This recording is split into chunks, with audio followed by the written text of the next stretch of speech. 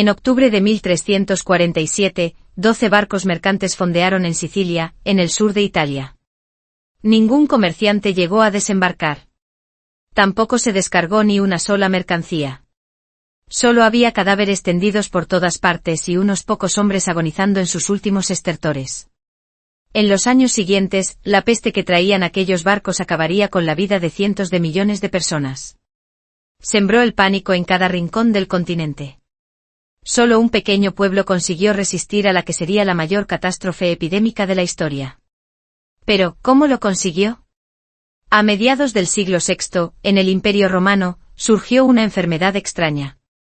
Provocaba fiebre muy alta, un agotamiento extremo y grandes bultos repartidos por todo el cuerpo. Arrasó regiones enteras y se llevó por delante la vida de decenas de millones de personas, hasta que se debilitó por sí misma porque ya apenas quedaba a quien matar. Fue la primera vez que la humanidad se enfrentó de verdad al horror de la peste. Siglos después de aquel primer brote, el germen nunca llegó a desaparecer. Permaneció oculto en poblaciones de roedores en Asia, esperando el momento oportuno para regresar. A comienzos del siglo XIII, cuando el comercio marítimo empezó a expandirse, la peste viajó a bordo de los barcos y se difundió por todo el mundo. En la década de 1340, desde el Mar Negro, llegó a Europa gracias a 12 buques mercantes que atracaron en Sicilia. Así comenzó un periodo oscuro que la historia acabaría conociendo como la peste negra. Unos 200 millones de personas, casi la mitad de la población mundial de la época, murieron. Durante siglos, el origen de la peste siguió siendo un misterio. La mayoría de los europeos estaba convencida de que se trataba de un castigo de Dios por los pecados de la humanidad. Buscaban el perdón rezando sin descanso o flagelándose el cuerpo para implorar la misericordia del Altísimo. Otros pensaban que la causa estaba en un miasma, un aire envenenado. Creían que bastaba con mantenerse lejos de ese aire corrompido para estar a salvo. Los más acomodados llevaban pequeñas bolsas perfumadas, llenas de hierbas y especias aromáticas, para neutralizar ese supuesto aire tóxico. Los pobres intentaban sobrevivir con retales de tela o con cualquier cosa que pudiese taparles la nariz y la boca. Los médicos vestían un atuendo sobrecogedor. Se cubrían de pies a cabeza y llevaban una máscara con un largo pico de ave. Dentro colocaban una mezcla de más de 55 hierbas y otros ingredientes, como carne de víbora verde o miel. Aquel traje fue ideado por un médico llamado Charles Derham, especialista en tratar la peste en la corte real del siglo XVII. Creía que el aire quedaría filtrado por el aroma antes de entrar en la nariz y en los pulmones. Pero todas estas medidas de protección resultaron, en la práctica, inútiles. La enfermedad siguió extendiéndose. No fue hasta finales del siglo XIX cuando un médico llamado Alexandre Hin consiguió identificar por fin la causa. Se trataba de un tipo de bacteria con forma de bacilo, extremadamente peligrosa. Neutralizaba la primera línea de defensa del sistema inmunitario inyectando toxinas en células protectoras como los macrófagos. Cuando esos guardianes eran destruidos, la bacteria se multiplicaba con rapidez. Al principio, se culpó a las ratas de la propagación de la peste. Hoy se sabe que el verdadero responsable era una pulga, Xenopsilla cheopis, que parasita a las ratas. Cuando una rata moría, la pulga saltaba a un nuevo huésped y llevaba consigo el germen. Y como el hábitat de las ratas se encontraba justo en medio de las comunidades humanas, las personas acababan infectándose. Además, el contagio también podía producirse por contacto con cadáveres, con sangre infectada o al inhalar gotículas contaminadas en el aire. Cuando la infección entraba en el cuerpo, pronto aparecían bultos enrojecidos en las axilas o en la ingle. De esas bubas salían sangre y pus. Se acompañaban de fiebre muy alta, vómitos, diarrea y dolores intensos en todo el cuerpo. Entre 4 y 6 días después, la mayoría de los pacientes moría, porque no existía un tratamiento específico. La peste negra sembró el terror en toda Europa durante 4 siglos. Sin embargo, hubo lugares a los que la guadaña de la muerte nunca llegó. En 1665, unos 300 años después del inicio de la peste negra, Inglaterra sufrió un brote de una magnitud sin precedentes. Londres se convirtió en el epicentro de la crisis. En solo un verano, murió el 15% de la población de la ciudad. Por la noche un grito resonaba por toda la ciudad. ¡Sacad a los muertos! Los cadáveres se amontonaban en carros que se dirigían a enormes fosas comunes. Ante el empeoramiento constante de la situación, el rey Carlos II abandonó Londres y se refugió en Oxford. Quien tenía recursos huía con su familia. Solo los pobres se quedaban aguardando la muerte. Cuando el Parlamento se reunió para hablar de la crisis, las medidas de ayuda fueron ignoradas. A medida que la muerte se extendía sin control, se impuso el aislamiento. Los enfermos y sus familias eran encerrados durante 40 días tras puertas selladas. En la puerta se pintaba una cruz roja y la frase: «Que Dios tenga piedad de nosotros». Guardias y supervisores se aseguraban de que nadie escapara. Las cuidadoras llevaban comida y lo imprescindible. La mayoría de los encerrados eran pobres. Durante esos 40 días vivían hacinados, en condiciones insalubres. Hoy estamos acostumbrados a ver imágenes de cuarentenas por la COVID. En el siglo XVII una cuarentena equivalía casi a una condena de muerte colectiva. Tras 40 días apenas quedaba alguien con vida. La indiferencia de las autoridades empujó a los más pobres a una muerte desesperada. Mientras tanto, las huidas de las clases altas y el comercio llevaban la infección a las zonas rurales. La tragedia llamó a la puerta de Eltham, un pequeño pueblo del centro de Inglaterra, de una forma inesperada. A finales de agosto de 1665, llegó a la casa de un sastre un lote de telas enviado desde Londres. George, el aprendiz del taller, abrió el paquete para revisarlo. Vio que algunas telas aún estaban húmedas y llenas de pulgas. Las colgó junto al fuego para que se secaran. El calor hizo que aquellos insectos, cargados con un germen mortal, saltaran a su cuerpo. Esa misma noche manchas rojas se extendieron por su piel. Las bubas se inflamaron y empezaron a supurar. Le subió una fiebre muy alta. Entró en delirio. Aquella enfermedad extraña aterrorizó al pueblo. 3 días después de contagiarse, George murió. En un mes 5 personas más fallecieron con síntomas similares. Ese otoño hubo familias que desaparecieron por completo. En diciembre el frío hizo descender ligeramente el número de muertes. Con la llegada del verano, el calor volvió a activar a las pulgas infectadas y la peste repuntó. El pequeño pueblo cayó en la desesperación. No había médicos. Ni enfermeras. Su única esperanza era un párroco llamado William Mompesson. A finales del siglo XVII, el poder de la Iglesia era enorme. Los sacerdotes locales eran auténticos pilares de la comunidad. Mompesson llevaba solo 2 años en Eltham. Había sustituido al pastor anterior, Thomas Stanley. Stanley era muy querido y respetado. Pero se negó a aceptar una ley del rey Carlos II que obligaba a la Iglesia a usar un libro de oraciones oficial. Por eso fue destituido. El pueblo se puso de parte de Stanley. Veían a su sucesor, Mompesson, prácticamente como a un intruso. Sin embargo, en plena crisis se vieron obligados a confiar en él. Y el propio Mompesson aún no sabía cómo detener la epidemia. Fue a ver a Stanley. Los dos se sentaron a trazar un plan para salvar al pueblo. El 24 de junio de 1666, mientras las campanas de la iglesia sonaban por otro entierro, los 2 pastores aparecieron ante los vecinos. Mompesson anunció un plan nunca visto. Aislar por completo el pueblo del mundo exterior. Era una propuesta que nadie quería oír. Todos entendían que si aceptaban el aislamiento podían morir por la peste, o de hambre. Por suerte, este problema se resolvió pronto gracias a otra figura. Un joven conde llamado de Venture, que vivía en una finca llamada Charworld House, a pocos kilómetros, aceptó suministrar alimentos a todo el pueblo mientras durara la cuarentena. Los productos se dejarían junto a un viejo pozo, en el límite del término municipal. Los habitantes de Eltham dejarían allí monedas desinfectadas con vinagre y recogerían su ración de comida. Con la cuestión material resuelta, la fe volvió a convertirse en el principal apoyo de todos. Empezaron a creer que solo un aislamiento voluntario podría impedir que la peste saliera del pueblo. Y que si morían, al menos podrían presentarse ante Dios con la conciencia tranquila, sin haber llevado el desastre a otros. El plan se aplicó con rapidez. Cada familia era responsable de su propia higiene y de mantenerse separada de sus vecinos. Los muertos ya no se llevaban al cementerio de la iglesia atravesando el pueblo. Se enterraban en el jardín o en un trozo de tierra junto a la casa. Las misas de los domingos dejaron de celebrarse dentro de la iglesia. El pueblo entero se reunía en un valle cercano. Durante la ceremonia, las familias se mantenían separadas. No se acercaban. No se hablaban. Los 2 primeros meses de cuarentena parecían no surtir efecto. En julio murieron 56 personas. En agosto 78. Algunos enfermos dominados por el miedo pensaron en huir en busca de una oportunidad de sobrevivir. Otros decidieron quedarse fieles al pacto colectivo. La fe, sin embargo, no garantizaba la vida.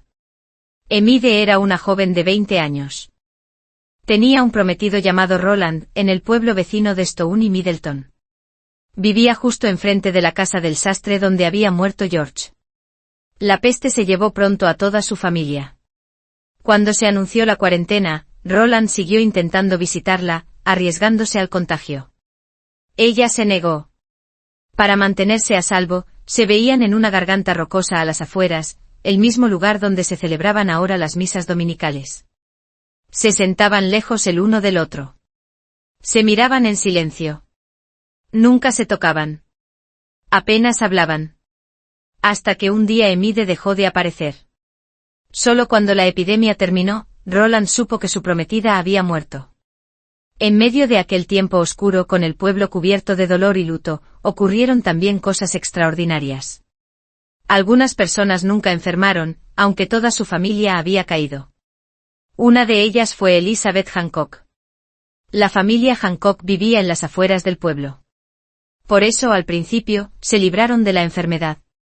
Pero en agosto de 1666, en el cuerpo del hijo menor empezaron a aparecer bubas negras. 2 días después, enfermó también la hija mediana. En menos de una semana, los 6 hijos de Elizabeth y su marido murieron. Como estaba prohibido trasladar cadáveres, ella misma tuvo que cavar las tumbas y enterrarlos uno a uno junto a la casa. Estuvo en contacto constante con los enfermos y con los cuerpos. Y aún así nunca se infectó. En ese detalle muchos vieron una pequeña luz de esperanza. El caso de otro vecino, Mar, resultó aún más extraño. Mar había contraído la peste en los primeros días, pero sobrevivió de forma casi milagrosa. Después de aquello perdió el miedo a la enfermedad. Se dedicó a excavar fosas por encargo para las familias que tenían muertos en casa.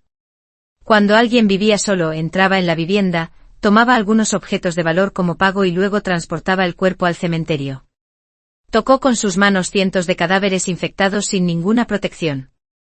La peste nunca volvió a atacarle. Parte de esa actitud temeraria tenía una raíz dolorosa. Su esposa y su hijo de 2 años habían muerto por la enfermedad.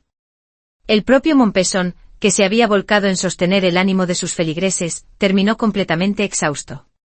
El 22 de agosto de 1666, en el pico de la epidemia, salió a caminar con su esposa por las colinas que rodeaban el pueblo cercado. A la mañana siguiente ella murió. El golpe fue devastador para él.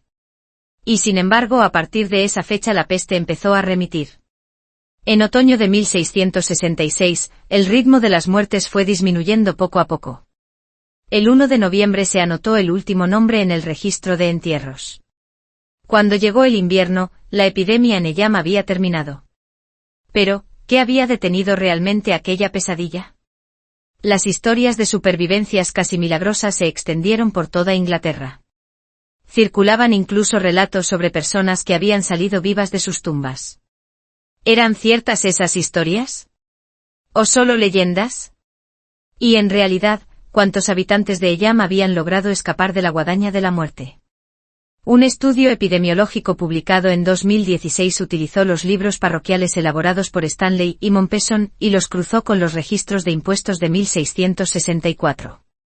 Según esos datos, Eyam tenía entonces unos 689 habitantes.